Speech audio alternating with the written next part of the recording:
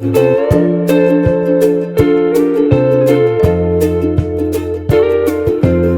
Everyone, Radhe Radhe. आप सभी का हमारे चैनल में बहुत बहुत स्वागत है। सबसे पहले आप सभी को नवरात्रि की बहुत बहुत शुभकामनाएं। तो नवरात्रि में किस तरह से माता रानी की पूजा करनी होती है पहले दिन, तो पूरा संपूर्ण विधि मैं आप लोगों के साथ शेयर कर रही हूँ स्टेप बाय स्टेप। तो ध्यान से वीडियो को देखिएगा। सबसे पहले आपको 3 बार आचमन करना है, जैसे कि पंडित जी आपको आचमन करके दिखा रहे हैं। तो 3 बार आचमन करना बहुत ज़्यादा ज़रूरी है। और हाँ, आसन पर बैठकर आपको पूजन करना है। तो चलिए हम पूजा करना शुरुआत करते हैं। इसके बाद जो है ना, आपको हाथ में एक पुष्प रखना है, थोड़े से चावल रखने हैं और संकल्प करना है, क्योंकि संकल्प से ही कार्य की सिद्धि होती है। कोई भी पूजा आप करें, सबसे पहले संकल्प आप जरूर करें। ये वीडियो थोड़ा सा लंबा होने वाला है, तो धैर्य से इस वीडियो को देखिएगा, लेकिन आप पूजा करना बहुत अच्छे से सीख जाएंगे, ये मेरा वादा है आपसे। संकल्प हो गया है तो चलिए शुरू करते हैं पूजा करना। एक फूल में रोली चावल लगाकर सबसे पहले आपको पृथ्वी का पूजन करना है। जिस जगह हम माता की पूजा करने वाले हैं उस जगह का पूजन करें। उसके बाद आपको जल का पूजन करना है और इस जल को अपनी पूरी पूजा सामग्री पर छिड़कना है और जिस जगह आप पूजा करने वाले हैं उस जगह पर आपको छिड़कना है। उसके बाद तीसरा पूजन आपको दीपक का करना है। उससे पहले आपको दीपक प्रज्वलित करना है। अगर आप अखंड दीपक जलाने वाले हैं तो अखंड दीपक जला लें। अगर आपने अखंड दीपक नहीं जलाने वाले हैं तो नॉर्मल आप दीपक जला लें। जब तक आप पूजा कर रहे हैं तब तक आपकी पूजा में दीपक जलते रहना चाहिए। तो एक फूल में रोली चावल लगाकर हमने दीपक का पूजन कर दिया।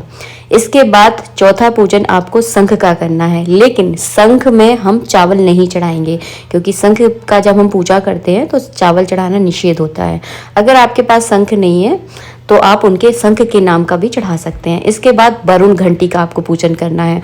और हाँ, वरुण घंटी भी पूजन करने के बाद बजाना बहुत ज़्यादा ज़रूरी होता है। इसे कहते हैं पंचभूत पूजन करना। इसके बाद हम यहाँ पे गौरी गणेश का पूजन करेंगे। तो गौरी गणेश का ध्यान करके पंडित जी ने पुष्प चढ़ाया। उसके बाद जो है ना 4 बार इस तरह से दिखे जल चढ़ा रहे हैं। तो गौरी गणेश का पूजन आपको ज़रूर करना है नवरात्रि में। और पहले दिन जो पूजन किया जाता है वो थोड़ा विधि विधान से किया जाता है। गणेश पर हम कलावा रूपी वस्त्र अर्पित करेंगे, जनेऊ चढ़ाएंगे, तिलक करेंगे, चावल चढ़ाएंगे और पुष्प चढ़ाकर जो है ना गौरी गणेश का पूजन जरूर करेंगे हम। इसके बाद जो है ना किया जाता है कलश का पूजन। तो आप स्टेप बाय स्टेप आपको पूजन करना है। गौरी गणेश के बाद आपको कलश का पूजन करना है। तो हमने कलश का मन में ध्यान किया, सभी देवी देवताओं का हाथ जोड़कर ध्यान करेंगे। इसके बाद कलश पर पुष्प चढ़ाएंगे। उसके बाद जो है ना आपको जल के छींटे देने हैं। फिर जो है ना कलावा रूपी वस्त्र अर्पित करना है। उसके बाद जो है ना जनेऊ चढ़ाना है, तिलक करना है और अपने सभी देवी देवताओं का मन में ध्यान जरूर करना है। अपने घर की कुल देवी का पूजन भी आप कलश पर कर सकते हैं। तो कलश के बाद आपको षोडश मातृका और सप्तघृत मातृका का पूजन करना है। अगर आपने मेरी स्थापना वीडियो नहीं देखी है ना पूजा की, तो आप उसे ज़रूर देखिएगा। तो आप अच्छे से जो है ना नवरात्रि की पूरी विधि विधान से पूजा कर सकते हैं। षोडश मातृका सप्तघृत मातृका पर भी सबसे पहले हम जल चढ़ाएंगे। उसके बाद कलावा रूपी वस्त्र अर्पित करेंगे, जनेऊ चढ़ाएंगे। फिर जो है ना एक पुष्प में रोली चावल लगाकर सप्तघृत मातृका और षोडश मातृका का जो है ना पूजन करेंगे। जो सप्तघृत मातृका है इस पर जो है ना चांदी का सिक्का चिपकाया जाता है। अगर आपके पास है तो आप जरूर चिपकाएं, अगर नहीं है तो आप फिर जो है ना हाथ जोड़कर विनती भी कर सकते हैं। अगर है तो ज़रूर चढ़ाइएगा। इसके बाद जो है ना आपको माँ दुर्गा का पूजन करना है। तो माँ दुर्गा का भी सबसे पहले हमने मन में ध्यान किया। उसके बाद इस तरह से 4 बार जल चढ़ाएंगे। उसके बाद पंचामृत से स्नान करवाएंगे। उसके बाद शुद्ध जल से स्नान करवाएंगे। इसके बाद आप कलावा रूपी वस्त्र पहनाएंगे। अगर चुन्नी लेकर आए हैं तो चुन्नी उड़ा दीजिएगा। अगर आप मूर्ति की पूजा कर रहे हैं माँ दुर्गा की, तो उनको अच्छे से आप स्नान कराइए, बढ़िया से नई पोशाक पहनाइए और उसके बढ़िया सा श्रृंगार करके उन्हें यथास्थान पर विराजमान कीजिएगा। यहाँ पर जो है ना हमने इस तरह से पूजन कर दिया है, पुष्प चढ़ा दिया है। अगर आपके पास माला है तो आप माला भी जरूर पहनाएं।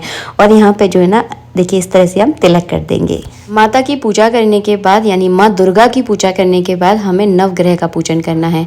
तो नवग्रह पर बीच में सूर्य होता है। हो सके तो सूर्य पर जो है ना आप लाल कलर का पुष्प चढ़ाएं, अगर है तो। अगर नहीं है तो कोई दिक्कत नहीं है। मैं सबसे पहले हमने यहाँ पे जल के छींटे दिए हैं। उसके बाद कलावा रूपी वस्त्र अर्पित किया है। नवग्रह पर हम जनेऊ चढ़ा देंगे। उसके बाद जो है ना इस तरह से इत्र लगा देंगे, पुष्प चढ़ा देंगे, तो नवग्रह का भी पूजन हो जाएगा। सभी पर हमने इस तरह से इत्र लगा दिया है। इत्र लगाना बहुत ज़्यादा ज़रूरी है और पहले दिन दिन पूरे विधि विधान से पूजन करें। इसके बाद हमने माता को किशमिश का भोग लगा दिया है। अब यहाँ पर हम पान के पत्ते पर भोग लगा रहे हैं। तो पान के पत्ते की आप इस तरह से डंडी तोड़ दें। पान के पत्ते के ऊपर आप मिठाई, बतासा या मिश्री रखकर भी आप भोग लगा सकते हैं। और हाँ, पान के पत्ते के ऊपर लौंग इलायची ज़रूर रखिएगा। इसके बाद जो है ना जल का आचमन करवा दिया है, क्योंकि भोजन कराने के बाद, भोग लगाने के बाद जल का आचमन कराना बहुत ज़्यादा ज़रूरी है। अब जो है ना हम इस तरह से सिंदूर चढ़ा देंगे, गुलाल चढ़ा देंगे, अबरक चढ़ा देंगे और इस तरह से मैया के मस्तक पर सिंदूर लगाना बिल्कुल ना भूलें।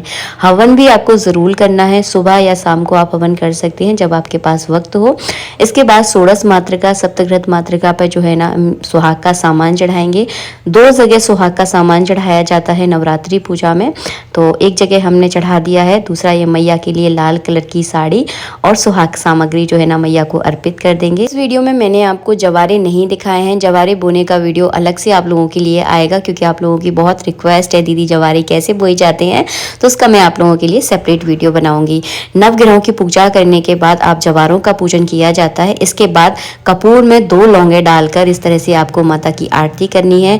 सुबह शाम दोनों वक्त नवरात्रि में आरती की जाती है। पूरे परिवार के सहित माता के 9 दिनों में इस तरह से आप डेली आरती करें, ताकि मैया आपके सारे दुखों को हर ले और हर घर में खूब सारी खुशियां आए। क्योंकि जिस घर में माता का आशीर्वाद होता है उस घर में कभी उदासीनता और दुख जो है ना दस्तक कभी नहीं देते। आशा करती हूँ मेरे द्वारा दी गई जानकारी आपको अच्छी लगी होगी। वीडियो अगर अच्छा लगा है तो प्लीज़ लाइक कीजिएगा। मिलेंगे आप सबसे नेक्स्ट वीडियो में। हवन भी जो है ना आप चाहें तो सुबह कर सकते हैं, आप चाहें तो शाम को कर सकते हैं। हवन का मैं आप लोगों के लिए सेपरेट वीडियो बना दूंगी, क्योंकि ये वीडियो बहुत ज़्यादा लंबा हो जाता है। और हाँ, आरती करने के बाद हमने इस तरह से जल का अर्घ दिया है। जल का अर्घ देने के बाद आपको पुष्पांजलि करनी है। पुष्पांजलि का मंत्र मैंने ऑलरेडी आप लोगों के साथ शेयर किया हुआ है, इसलिए इस वीडियो में आप लोगों के साथ शेयर नहीं करूंगी। पूरे परिवार के साथ मिलकर आप पुष्पांजलि करें। आशा करती हूँ वीडियो अच्छा लगा है। वीडियो अच्छा लगा है तो प्लीज़ लाइक कीजिएगा। राधे राधे। नवरात्रि की बहुत बहुत शुभकामनाएं आप सभी को।